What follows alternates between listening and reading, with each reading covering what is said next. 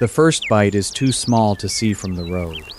It is buried under a fold of pale skin, just below the jaw of a gray-brown ostrich standing at the edge of the morning grass. Her neck is high. Her eyes are clear. Her legs look built for distance, not hesitation. But under the feathers, along the warm places where skin is soft and blood is close, another battle has already begun. Ticks wait where the grass brushes the body. Lice move among loose, shaggy feathers.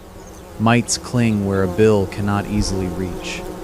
Flies find the damp corners around the eyes and mouth. Mosquitoes rise from the last pools left by the rain. None of them is large enough to stop the world's heaviest bird alone. Together, they do something more patient. They steal comfort. They steal feeding time. They turn a giant into an animal that must keep answering tiny pain. She shakes her head once. Dust lifts from the dry pan beneath her feet. The movement is sharp, almost dismissive, but the parasite under the chin does not fall. It holds on.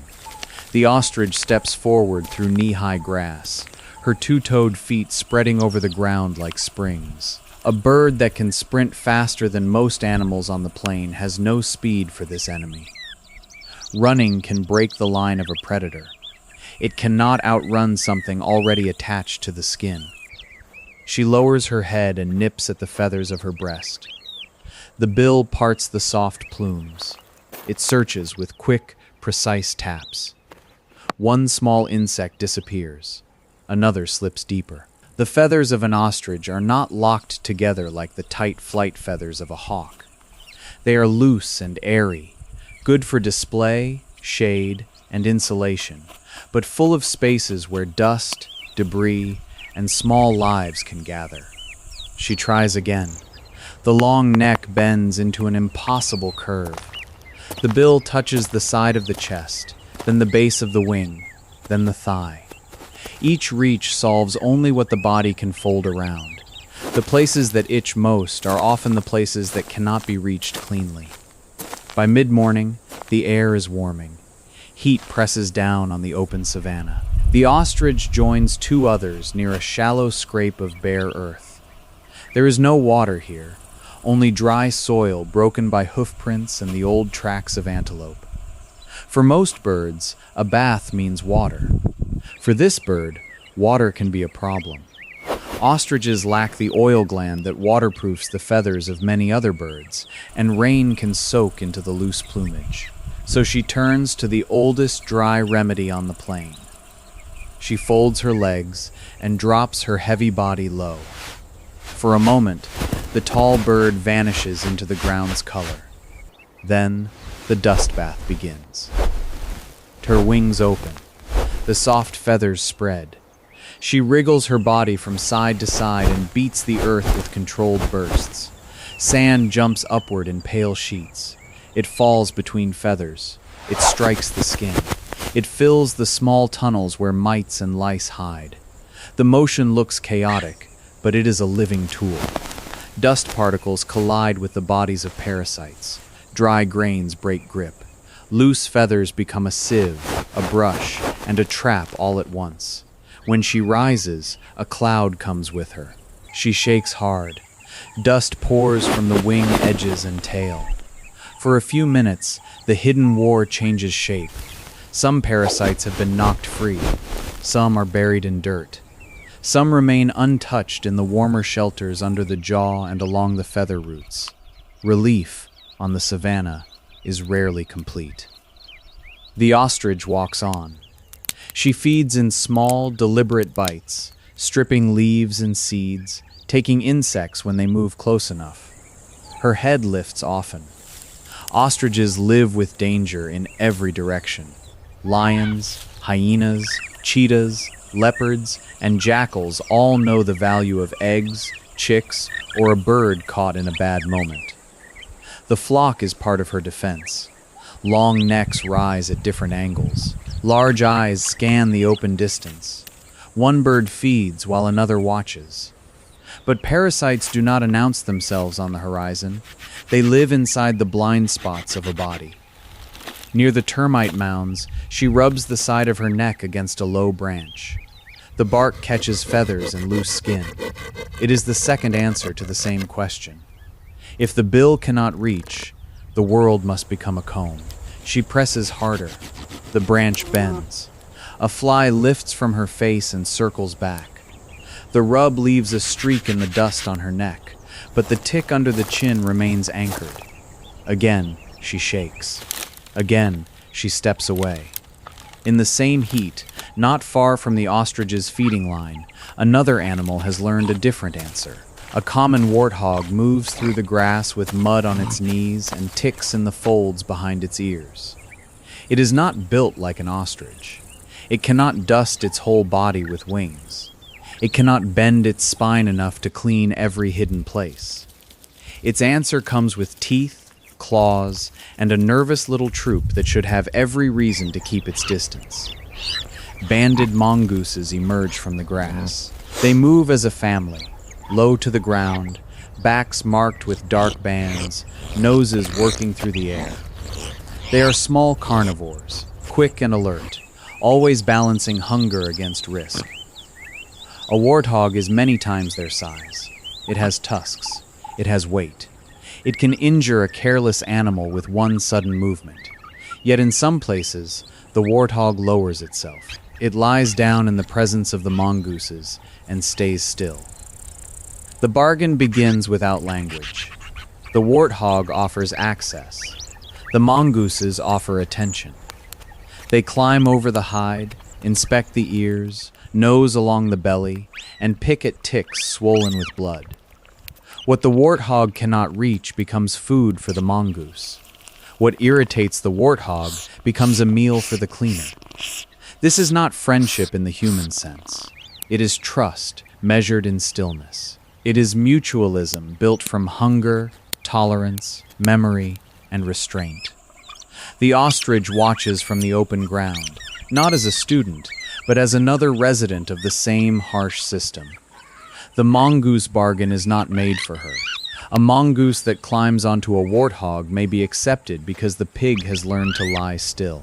A mongoose under the belly of an ostrich would enter the reach of a leg that can deliver a killing kick. The cost of one mistake is too high. The geometry is wrong. The trust has no path. So the ostrich keeps her own bargain. She trades time for dust. She trades feeding minutes for preening. She trades comfort for vigilance. Every defense has a price, and every price must be paid before the sun becomes too hot. There is another cost hidden inside that price. Every moment spent grooming is a moment when the head is lower, the eyeline is shorter, and the horizon becomes less complete.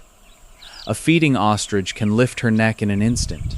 A dust-bathing ostrich has already folded herself into the earth. In that posture, she is solving one danger while briefly accepting another. The flock makes that compromise possible. One bird on the ground is vulnerable. 3 birds spread across open dust can divide the work of watching. This is why parasite pressure is never only about skin. It reaches into movement, posture, flock spacing, and daily routine. It decides when a bird stops feeding. It decides where she rests. It decides whether she risks the tall grass or chooses a bare track that offers fewer stems for ticks to climb. A tiny mouthpart can change the shape of a day. At noon, the savanna flattens into glare. Heat shivers over the bare ground. The ostrich stands with her wings slightly lifted, letting air move beneath the feathers. The parasites prefer cover, warmth, and moisture. The bird offers them fewer safe places when she keeps moving.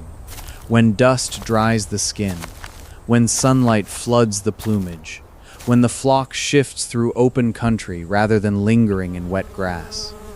Still, the war continues. A fly lands near her eye. She blinks, snaps, misses, and turns her head away. Another fly comes to the corner of the mouth. Her bill opens and shuts. The movement is fast, but the insect is faster. Around her legs, grass seeds cling to damp skin. Tiny lives wait on stems and in soil, each one guided by heat, scent, shadow, and contact. This is the scale of the hidden war. Not one dramatic attack, not one wound, 1,000 interruptions, 1,000 small demands that pull an animal away from eating, watching, resting, and raising young. She returns to the dustpan in the early afternoon. This time, the bath is longer. The bird folds down, breast to earth, and works dust into the base of the wing. Her feathers flare into a pale brown halo. She pushes her neck sideways and rubs the jaw into powder. The skin under the chin finally meets the ground. For the parasite attached there, the world becomes collision. Sand strikes from below. The ostrich's neck twists. The bill scrapes once, then twice, where the fold of skin has opened. The tick's grip weakens. It drops into dust so dry it holds no mercy. The bird rises and shakes, and the small dark body disappears into the ground. It is a victory too small for the horizon to notice, but the body notices. The ostrich stands taller. The head settles into a steadier rhythm. She feeds again, no longer breaking every few seconds to rub the same place. One solved irritation does not clean the whole bird, but it returns a piece of attention to where it belongs. On the edge of the plain, the warthog mongoose bargain continues. A mongoose braces its forefeet on a warthog's shoulder and pulls at the base of an ear. The warthog does not startle. Another mongoose works near the flank. The troop feeds, and the pig lies in the temporary safety of being useful to someone else. Out across the savanna, bargains like this are never simple. A cleaner that removes parasites may also probe too hard. A host that tolerates a helper may end the meeting with a twitch, a kick, or a charge if the cost rises. Trust between wild animals is not kindness floating above survival. It is survival finding a shape that does not waste energy. For the ostrich, energy is everything. She is built from extremes. A long neck lifts her eyes above grass. Powerful legs carry her in strides longer than a person is tall. Wings that cannot lift her into the air still balance sudden turns and shade chicks from weather. Her body can go long periods without drinking by drawing moisture from plants, but comfort still depends on the small maintenance rituals that keep skin and feathers working. When parasites grow heavy, maintenance becomes more than grooming. It becomes the difference between feeding and fidgeting, between display and exhaustion, between a calm flock and birds made restless by what crawls beneath their feathers. Late afternoon brings a change in light. The shadows of the acacias stretch across the dust. The ostrich moves with the group toward more open ground. She pauses beside a patch of taller grass, then chooses the bear track instead.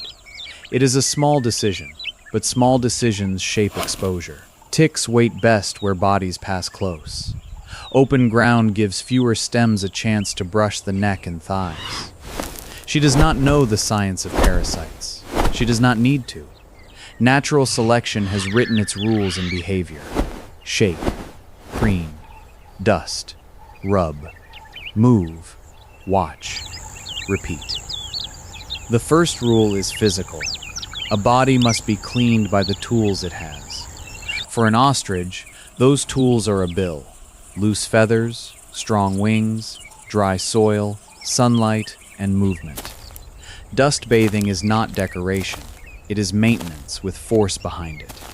Each wing beat turns ground into a temporary storm that can dislodge what clings too tightly. The second rule is social. No animal wins alone all the time. The flock sees farther than one bird. Warthogs and mongooses show a different social answer. A rare mammal partnership where one animal's parasite becomes another animal's meal. Oxpeckers on zebras and rhinos show another. Cleaners appear where fear can be controlled long enough for both sides to gain. The third rule is ecological. Parasites are not outsiders to the system. They are part of it. They feed birds, mammals, and insects. They move energy through the grass in ways too small for the eye to follow. They can weaken hosts, carry disease, and shape behavior. The hidden war is not a mistake in nature. It is one of nature's engines. Evening settles slowly. The ostrich gives one final shake, feathers lifting and falling like dry grass in wind. Dust leaves her body in a soft brown veil. She raises her neck and looks across the plain. The irritation under her jaw is gone. Other parasites remain. More will come with the next grass, the next rain, the next warm fold of skin offered to the world. But for now, she feeds. The warthog rises from the mongoose troop and walks away cleaner than it arrived. The mongooses scatter back into the grass with their stomachs fuller. The ostrich turns into the low sun, tall, watchful, and dusted with the plain that keeps saving her by inches. In the open country, survival is rarely a single escape. It is the kick that stops a predator, the flock that sees danger early, and the dust that reaches where the bill cannot. Some animals survive by running, some survive by trusting, some survive by making a bargain with the ground itself.